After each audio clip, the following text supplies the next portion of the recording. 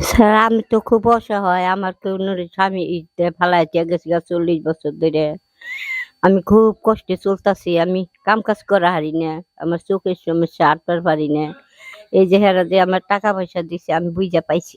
তাকে কিন্তু তার স্বামী আজ থেকে 50 বছর আগে কিন্তু তার ছেড়ে চলে গেছে। তার আপন বলতে পৃথিবীতে কেউ নেই। তার কিন্তু শুধু মুড়ি খেয়ে কিন্তু তার দিন পার করতে আমি দেখেছি। তো যারা এই বৃদ্ধমার পাশে দাঁড়াইছেন তাদেরকে আমি অসংখ্য ধন্যবাদ জানাচ্ছি এবং আপনাদের সহযোগিতা দ্বারা আমি এই মায়ের জীবনটার পরিবর্তন করে দিতে পারি। আপনি যদি টাকা পয়সা দিয়েও যদি হেল্প না করতে পারেন, আপনি কিন্তু একটা শেয়ারের মাধ্যমে এই মায়ের পাশে বাড়াতে পারেন। কারণ আপনার একটা শেয়ার এমনও বিত্তবান লোকের মানুষের চোখের সামনে পড়তে পারে, তার প্রমাণ কিন্তু গত একটা ভিডিওতে আপনারা দেখিয়েছেন।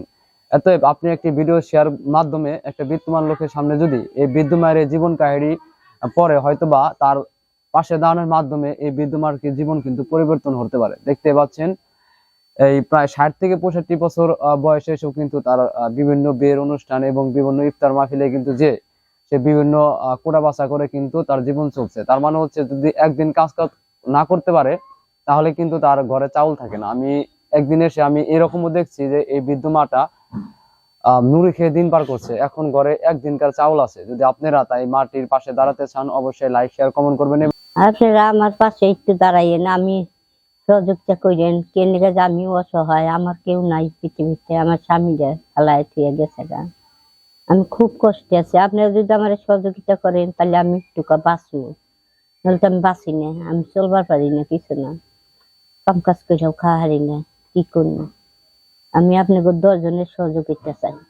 রমজান হচ্ছে রহমতের মাস, রমজান হচ্ছে মাগফিরাতের মাস, রমজান হচ্ছে দান সদকার মাস। সেই দিনকে উপলক্ষ করে এই মাটির পাশে কিন্তু আপনি দাঁড়াতে পারেন।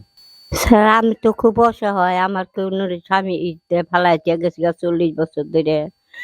আমি খুব কষ্টে চলতাছি। আমি কাম-কাজ করা হারি না। আমার চোখের সমস্যা, হাঁটবার পারি না। এই যে হেরা যে আমার টাকা পয়সা দিছে আমি বুইঝা পাইছি। আপন বলতে কেউই নাই একদম। না, আমার আপন বলতে কেউ নাই। এই যে ৪৮ বছর। হ্যাঁ। কিভাবে আপনার জীবন যাপন করতেছেন? আগে তো ওই যে বিয়ার অনুষ্ঠানে বাটা ঘষার কাম করছি, এখন তো তাও করা হারি না। খুব কষ্ট। এখন পারি ওই ইটটা একটু বয়ে কুটা বাসা করবার পারি। সিঁড়ি বেয়ে উঠবা হারি না, বাসা বাড়ি কাম করে খাওয়া হারি না। এই তো আমার সমস্যা। এখন কি ঘরে চাউল আছে আপনার? কেজি হানে আছে। মনে হচ্ছে যে আপনি কাজ করলে দিন চলে না। কাজ করলে খাইয়া হারি, নলে খাইয়া হারি না। এই যে ওষুধ কিনা লাগে, চোখের সমস্যা। এই যে আসার পর পা দুঃখ পাইছি, পায়ের সমস্যা, হাঁটপা হারি না। তখন কি করবো? এইতে কষ্ট করেই থাকি। আপনার পাশে দাঁড়াইলো তাদের জন্য আপনি কি বলেন? যারা আমার পাশে দাঁড়াইল তাদের জন্য আল্লাহর কাছে দোয়া করবো। আল্লাহ যেন তাগরে দান করবার তৌফিক দান করে। আল্লাহ যেন তাগরে সুস্থ রাখে, সবল রাখে। তাগর নিকে একটু দোয়া করে রাখবো।